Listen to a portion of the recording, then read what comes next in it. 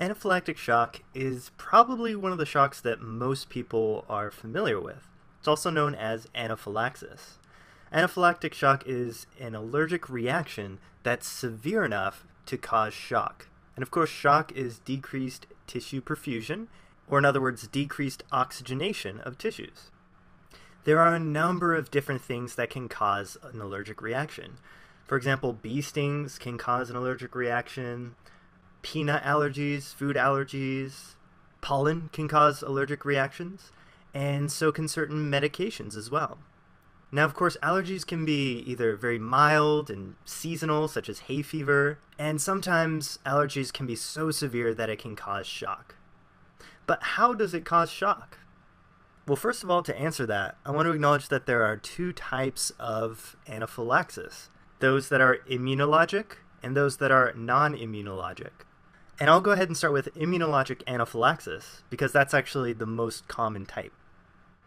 In immunologic anaphylaxis, there's some sort of allergic agent, whether it's poison from a bee sting or a food allergy, that somehow gets into the system. And whatever this material is, it's known as an allergen, because it generates an allergic response.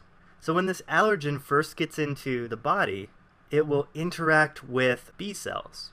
And not B cells like the insect, the bee right up here, but B cells as in the letter B. Now these cells are the antibody creating cells of the immune system. They create antibodies. And antibodies are essentially a little Y-shaped protein that is used like a signal marker to find something that's foreign material. So in this case, the antibodies will be reacting to the allergen. Now antibodies that are created in response to an allergen are known as IgE. IgE stands for immunoglobulin E. Globulin means protein, and immuno just means immune. So really it's immune protein, and the classification is E. Now the reason I want to emphasize this is because IgE specifically docks onto other immune cells, which are known as mast cells. And these mast cells are mediators of the immune system.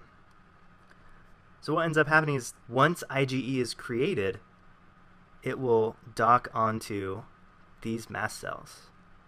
So this all occurs when a person is first exposed to an allergen. And this is called sensitization. The immune system is sensitized to this allergen.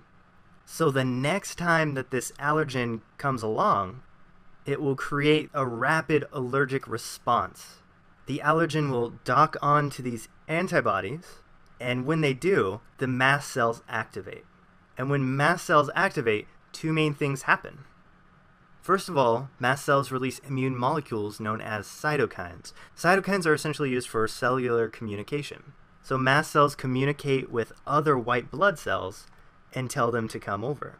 So what ends up happening is these white blood cells continue to recruit more white blood cells. And it's a cycle that creates more and more white blood cells being recruited and activated in response to these allergens. Now the activation of both the mast cells and the immune cells causes release of another molecule known as histamine.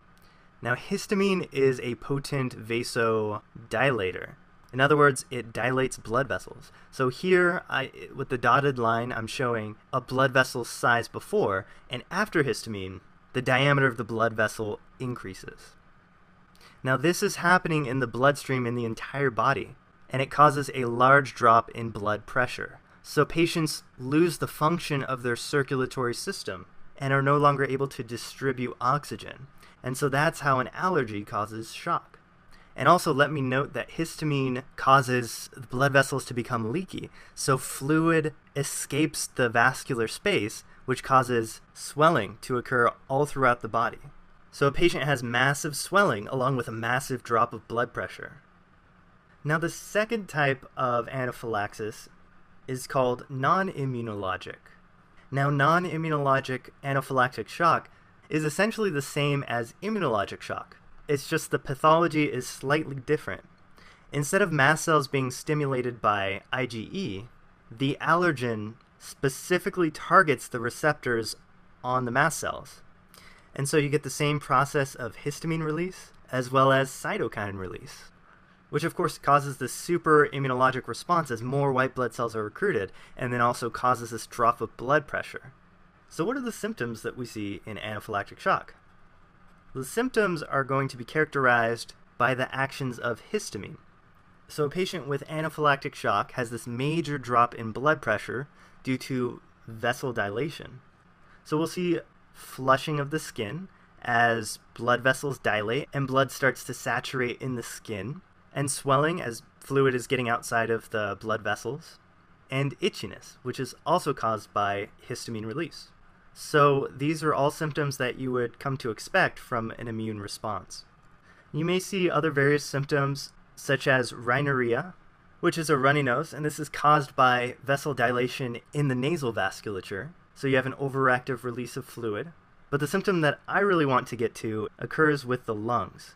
Histamine not only causes vessel dilation, one of its most serious symptoms is bronchospasms. Spasms of the bronchi, the main air passages to the right and left lungs.